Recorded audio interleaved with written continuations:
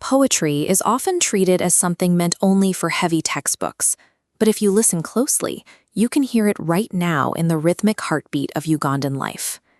There is a difference between reading a newspaper article about the weather and listening to a Kadongo Kamu song about the rain. The newspaper gives you the facts, but the song uses rhythm and sound to share a specific feeling. That is the core of poetry. It is a way of painting pictures with words to express deep human emotions. To understand the difference, think of ordinary writing like walking to a destination. Poetry is more like dancing. It uses specific patterns and movements to show you how the writer is feeling. To see how this works, we need to look at a poem under a microscope and identify its anatomy. A poem stands out on the page, surrounded by blank space. Its basic building block is the line. Unlike stories with paragraphs, poetry groups lines into stanzas. Poets often end these lines with matching sounds to create a musical effect, called a rhyme scheme. It is important to remember that not all poems have to use these matching sounds. Many poets choose to write in free verse. These poems still have a poetic structure, but they flow without a strict repeating sound at the end of the lines. Lines, stanzas, and rhymes are the physical skeleton of the work. They give the poem its shape so it can carry a message. Once you have the shape, you need the sound. In poetry, the beat is often more important than the rhyme. We call this rhythm.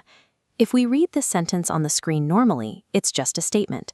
But if we put more force on specific parts of the words, the rain is falling on the roof, you can feel a musical flow.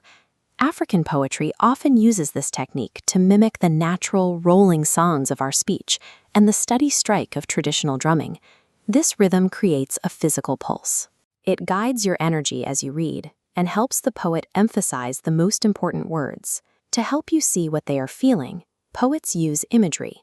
This is descriptive language that creates a clear picture in the reader's mind. African poetry is unique because it uses familiar things, our food, our landscapes, and our local traditions to tell its stories. For example, instead of just saying it was windy, a poet might write that the matoke leaves danced. This local image makes the wind feel active and alive. Every poem has a theme, the heart or main idea the poet wants to share. African poets often explore the tension between busy city life and the traditions of the village. Two different writers can look at the exact same subject, like the rainy season, and share different perspectives. One focuses on the joy of planting crops, while another warns of the danger of floods. To tell these stories, the writer uses a persona, the voice speaking in the poem. It is an imagined character, which means the person speaking isn't always the author themselves. By combining local imagery with a specific voice, the poet allows you to experience a moment through someone else's eyes. This comparison table shows how the structure of a poem differs from ordinary writing. While prose uses sentences and paragraphs to explain facts, poetry uses lines and stanzas to explore emotions. There is no single, correct way to understand a poem. It is not a code you have to crack. A poem is simply a photograph of a human emotion, taken using words instead of a camera. By recognizing how stanzas create shape, how rhythm sets a pace, how local imagery paints a picture, you gain a clearer window into the feelings the writer shared on the page. Look around your own school today.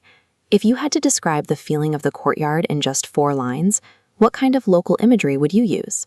Practicing with these dozing blocks gives you the ability to tell your own stories. It allows you to take a moment from your day and turn it into something creative and expressive.